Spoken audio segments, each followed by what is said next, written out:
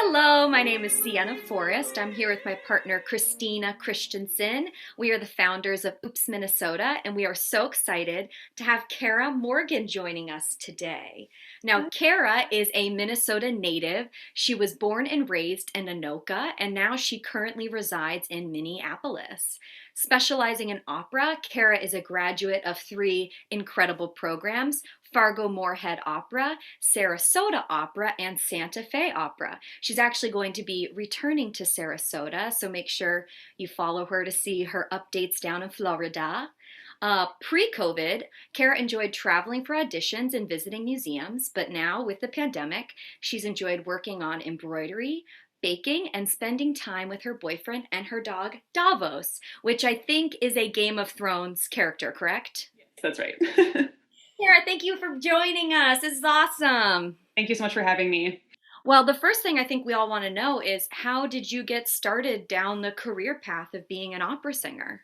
Sure. I was always singing in choir, starting in around like eighth grade. I kind of came into music, I feel kind of late. A lot of my colleagues in school, especially, were always like, I grew up on the stage, and that wasn't my path. I'm still a very reserved person. I was very like quiet.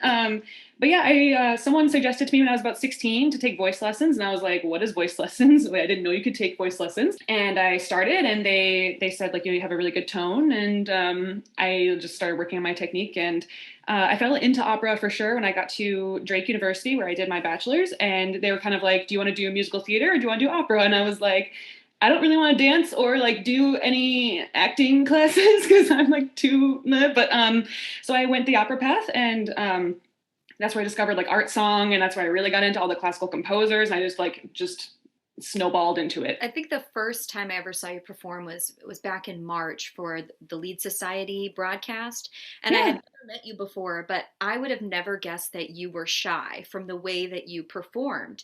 You just exude confidence. You're so committed to the moment. You did Carmen. I mean, that is the exact opposite of shy.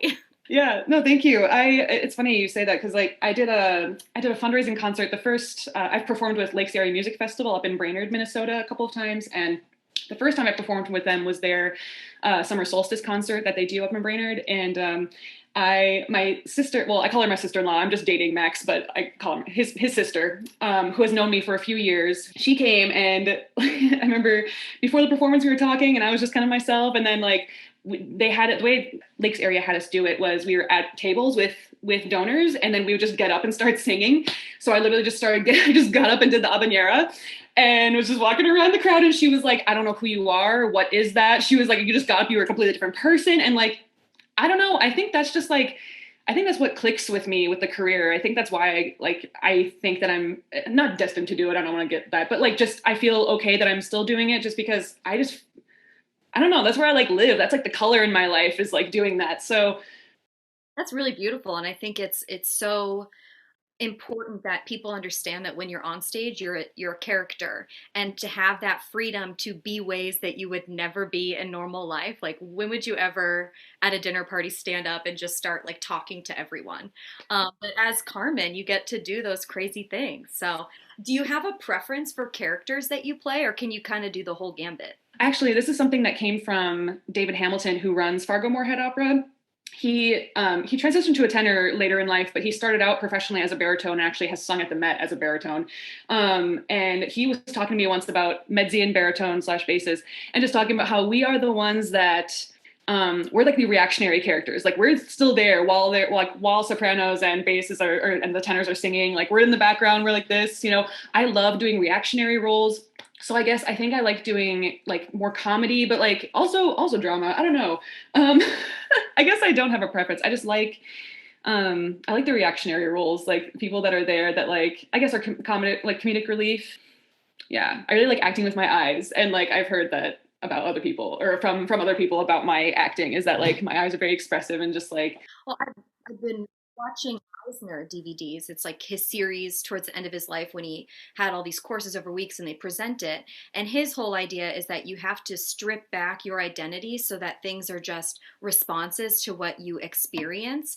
And I think what you're saying is reactionary characters are the most freeing because you don't have to generate anything. You just have to listen and respond, which is probably the most freeing in any moment to just be funny and not worry about, does it look romantic the way I'm touching his face, which is always horrible. You must understand as a fellow mezzo. I would say as a mezzo, like my one regret is that I never get to have a great death scene on stage.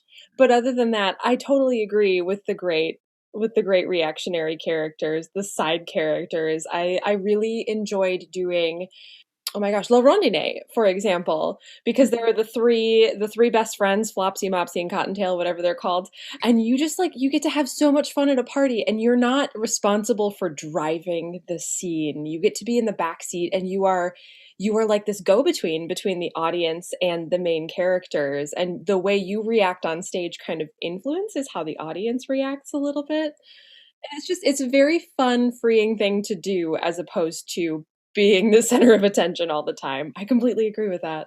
Yeah, that's so cool. I like the way you said about us being kind of like a transitionary between the audience, and I think that's like totally on point. Like I think that's why I like it. It's just like, do you see what's going on? Like, it's just, oh my god, like it's yeah, like people even when they're watching the side characters, they will look at what the side characters are focusing on. So if you're reacting to the right thing, you're just like helping the story just go forward. So totally. You alluded to this a little bit in why you consider and why you continue to pursue this career, considering how difficult it is. And you mentioned that it's the feeling that you have on stage. It feels like that's where you were meant to be.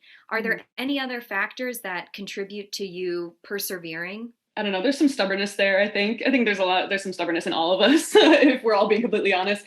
But no, I mean, that's mainly it. I think it's like the continuous research that goes into opera also keeps bringing me back. I don't know. Yeah, it is very competitive, and it's tough. But just getting to make art and continue building on your voice, like your interpretation of things.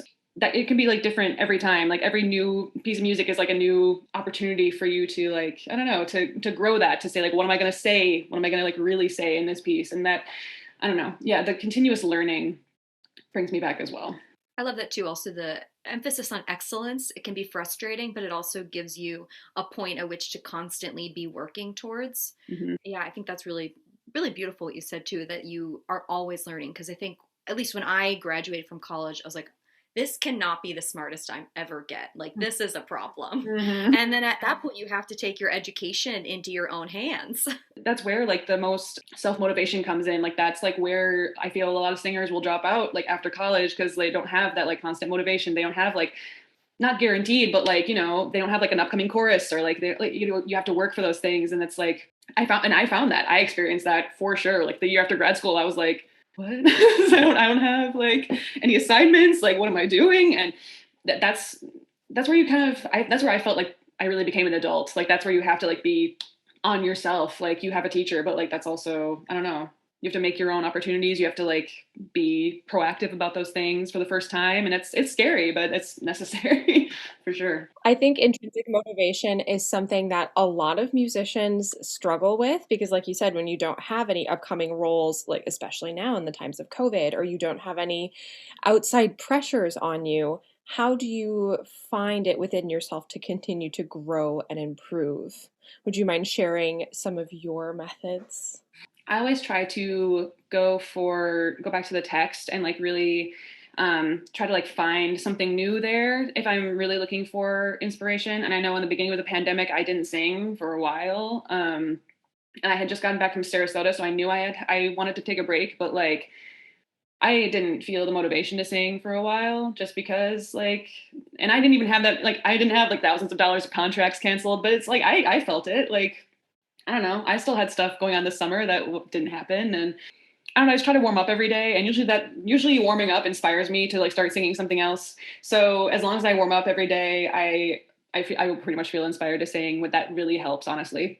And I found that working Sarasota was the first Yap I had done in a while, and full time Yap, and getting up and like having to sing every morning, like that really got me into a routine. So I really notice the difference. When do you warm up? Is there a certain time each day? I'll usually start in the shower or like when I'm making coffee, just doing like humming and like buzzing exercises with the lips and just like getting the scales going and just warming up in general. But yeah. Does your boyfriend like that?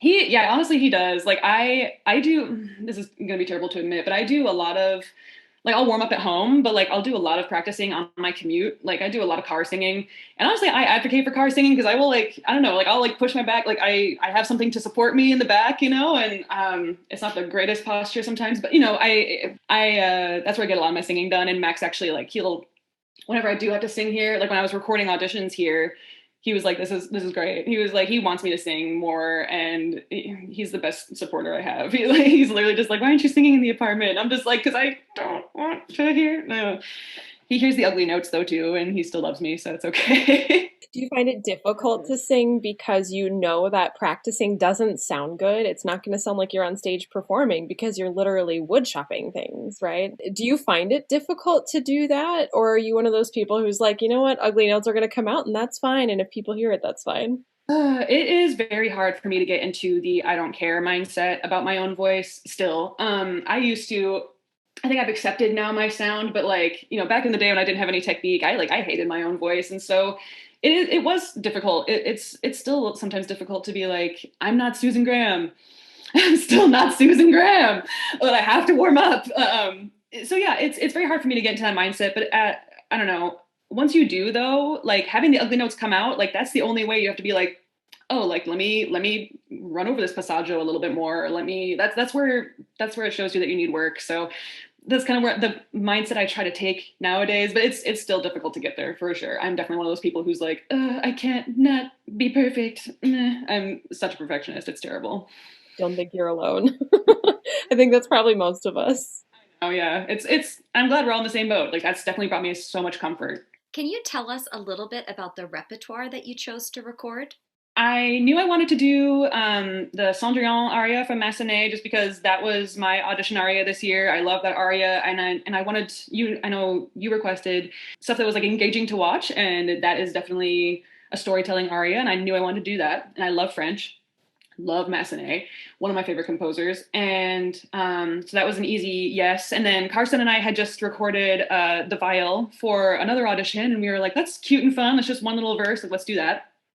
Getting into the art song, because I knew I wanted to do the art song because one of my favorite performances that I've ever given was my graduate school recital, because that was like all my repertoire that I picked, and it like all meant so much to me. And art song is just like so special because like it's so intimate to me. Carson and I knew we wanted to do female composers as much as possible, and if we could get a composer of color, that would be great too. So we landed on Rebecca Clark and Poldowski, who is a female French composer who went under that pseudonym, and then Florence Price, who is a Black female composer. But yeah, and all these pieces, each of them like spoke to me. Like the lyric skis, I sang the lyric skis Han in my undergrad recital, and this was just like a more French version of it, and just gorgeous. Florence Price's pieces, I just like spoke to me. Like they for some reason reminded me so much of like what we were going through in the pandemic, like the way they're written, like the April Day is like so hopeful. And I just like, I still have hope on the horizon, even, you know, with everything going on. Yeah, I don't know. I just was very emotionally attached to all those pieces, and I love them. I fell in love with them so fast, and I knew I had to do them. So. Do you find it's a different experience preparing pieces that you feel so emotionally attached to on a personal level, as opposed to here is a role or here is a piece, please sing this? Yes, definitely. There's definitely a difference. I think it means so much more when it's, and not to say that like roles that you're just given don't mean as much, but it's like there is definitely a different feel. It's definitely like, because music like speaks to people. Like there's no like scientific way of saying it, but just it spoke to me. Like it I don't know, it chose me. Like I chose it. I don't know. Yeah, but I think it's different, and it's so much more satisfying in the end to me, for something that you've chosen, that you've put your time, that you've like put a piece of your heart into. Yeah, it's really satisfying, especially if like, you know, if you can have the audience like feel it with you. That's important. I think your performances definitely show your passion for the pieces that you chose. It was so fun to get to be there while you recorded. Nice to hear live music again. But I'm just excited for people to get to hear and see them because they're really beautiful. Thank you so much. Yeah, and Kieran at Wells Piano did such an amazing job with just putting it all together. And I've heard a little bit of it, and I'm so excited to hear the final product. Is there any other pieces that you'd like to record or projects you want to pursue? I really want to do Mahler's his oh my gosh the Mahler Songs of a Wayfarer is like one of my favorite sets that I've done, and I really would love to do that again. I read not that long ago about, and I don't know who she is, a soprano on the East Coast who started a workshop in her hometown, like for high school students. And like I've like thought the last couple of years about doing something like that because that's doing outreach. And I know you know Sienna about outreach, but and I'm sure Christina you do as well, but I know Sienna for sure. But outreach, like that's where kids like are introduced to opera, and I think like doing something like that, like showing them like this is what preparing like a musical role, even if you do like musical theater, like this is what this entails, like showing them what the actual process is. I've always wanted to do something like that involving youth, so something like that. I think that's incredible, and I something that kids always respond to. And there's something about music, the process of learning it, that uncovers the process of learning anything for the rest of your entire life, that kids can pick up so quickly on a way that it's tangible. You know, math, they're gradually learning, but they're not really considering the process of learning. Where music, it's so many different levels. It forces you to concentrate and to push yourself just beyond what you're able to do and repeat it until it's easy. And then you do the next thing that's hard. And that's how you learn anything for the rest of your life. So, Yeah, that's so beautiful. Yeah, I love that. what do you think are some of the problems that are facing our industry? We've finally begun to discuss racial inequity in our career. It's in every career, of course, but I think with us, I don't know. It's opened my eyes to a lot. I've learned a lot about how opera is racist, how our industry in general can be racist. I've thought a lot now about how like the one like Black opera. It's not like kind of I guess it's kind of an opera. But Porgy and Bess was written by like two white men. I want to see more. We need to see more Black art like in opera made by Black artists for sure. Ever since I that really clicked with me this last summer with everything that happened, and that's like really bothered me ever since. I'm like, like yes, that piece is amazing. I love Porgy and Bess, of course, but I'm like, why is that like our Black opera? Then that's the only thing that's protected. Like it can only be Black artists. Like that needs to be the norm to me. This whole like defending the role of Othello is a lot. Anyway, I'm not gonna. That's one thing, and I feel like we are starting to address that though. Like Seattle Opera's Seattle Opera is near Portland that has like the all Black yaps, which I think is amazing. I think we need to see that. I think we're making strides. The other thing that I can think of is I think our YAP system in America seems like very one lane to me. And there's a lot of financial weight that is put on singers. And then it's expected of us to just like keep giving money and keep hoping that something will happen when it's all just like, it's just like pinpointed into like one little thing. And like, there's like just a whole bunch of us just trying to like go into this one track. And it's not sustainable in my opinion. And I think that we're all starting to realize that because there's just so many of us and there's just not enough opportunities, at least in this country. And then to be able to go do like a fest contract somewhere else requires money, it requires connections. And we're all about making opera less ableist, less elitist. And I think some of us are going to have to step up and like be that new administration that comes in and is just like this, I don't really know what the answer is. Making new companies, like making more opportunities for ourselves. We need to find new gatekeepers. We need to knock the gates down completely. Again, I don't know what the answer is, but it's definitely a problem that I've seen, especially in this last year. And I don't think it should be on you to know what the answer is. I think if enough of us identify that this is a problem, then maybe some other people, like people who are currently in power, people who are currently the gatekeepers, will say, oh, this is a problem and we need to find the answer. There's just too many good voices out there they're just going to waste. And that just breaks my heart. There's too much, and there's so much art to go around, it's not like It's not like just these people can like present these things. And I don't know, there's too much art to go around for how many good voices we have. Yeah, it also reminds me of, I found this quote by Fred Rogers, and it says, quote, "In times of stress, the best thing we can do for each other is to listen with our ears and our hearts, and to be assured that our questions are just as important as our answers. And I don't want insurmountable problems to be a reason we don't talk about them."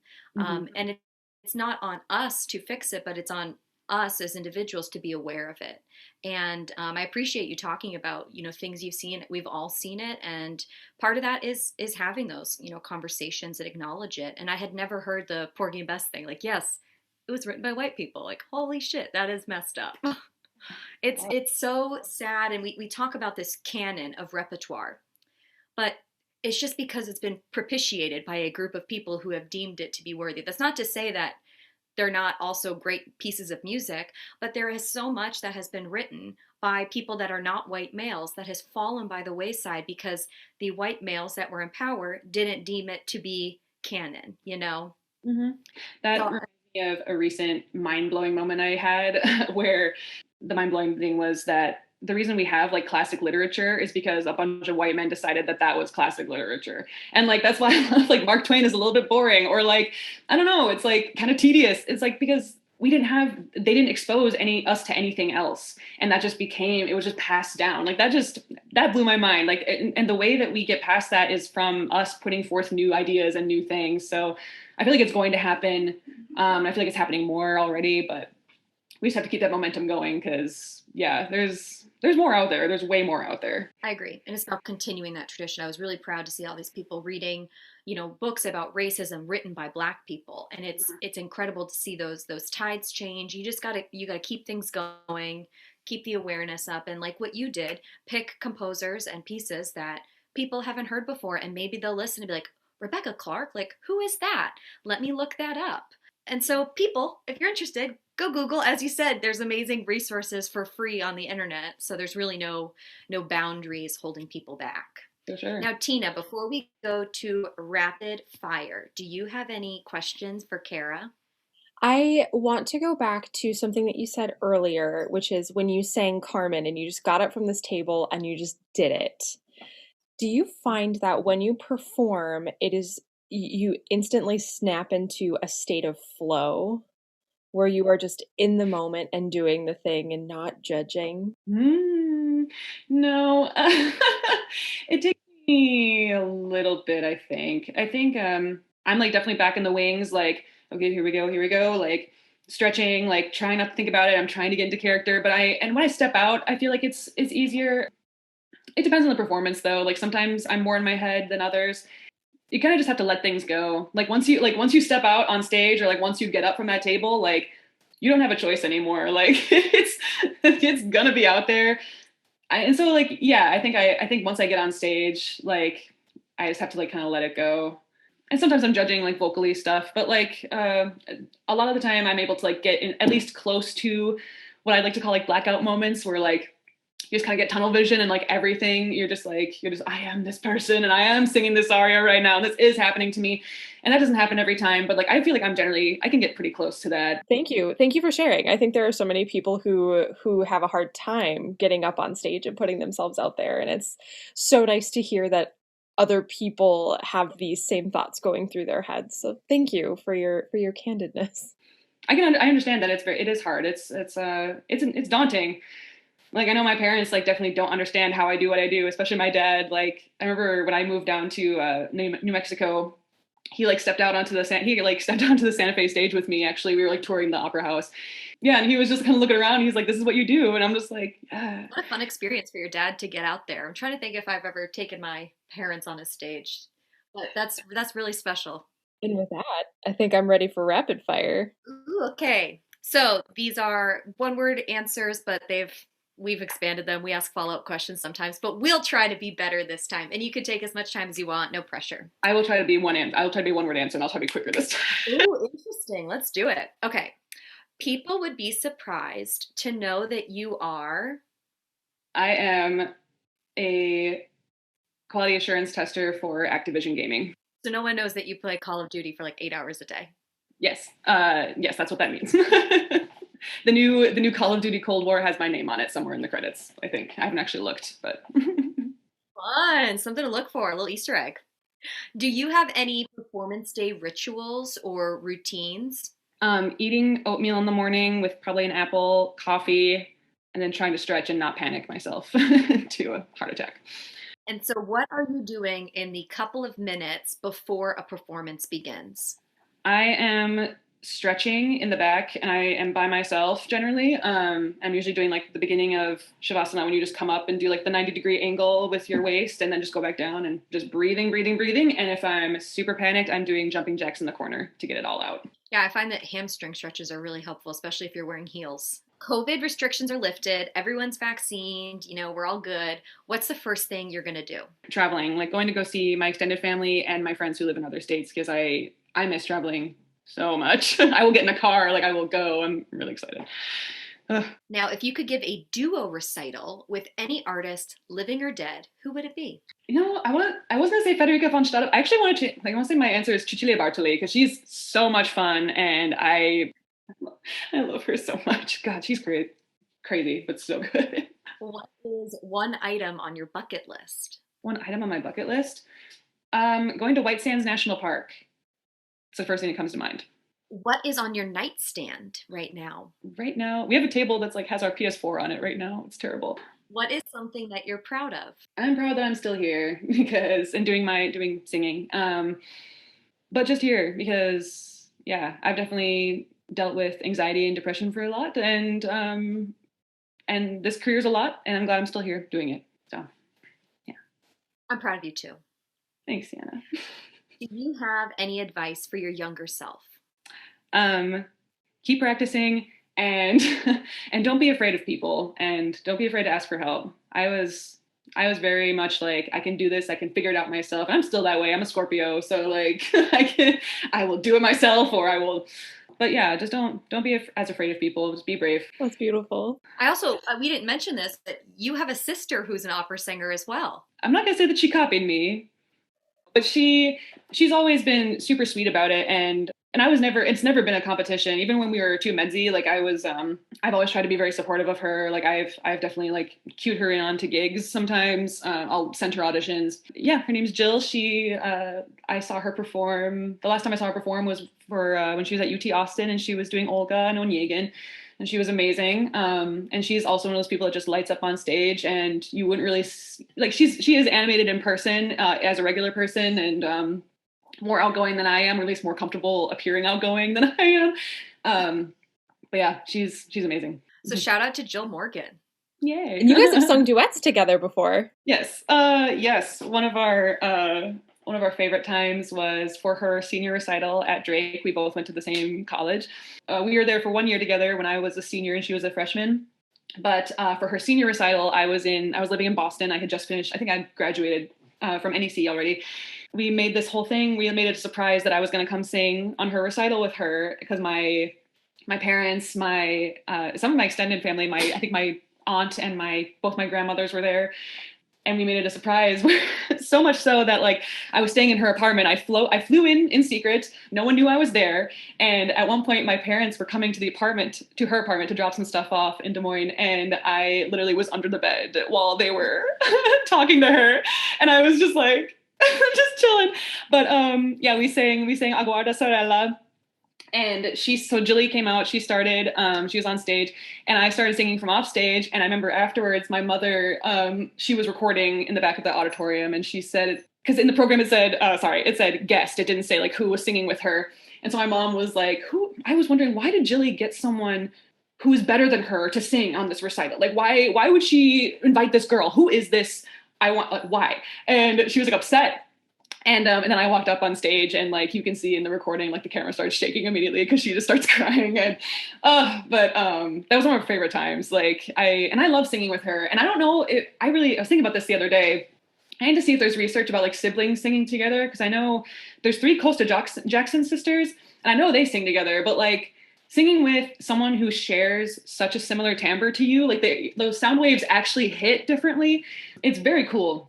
And my mom has definitely requested that we record an album together. And I hope that we do one day because like there's definitely something about sharing tones with someone that sounds super cool. So That hopefully should that be your happens. Oops project in the future. That'd be great. She's switching to soprano, so we can like sing all the duets and all the things. Hey, that'd be That's great. perfect.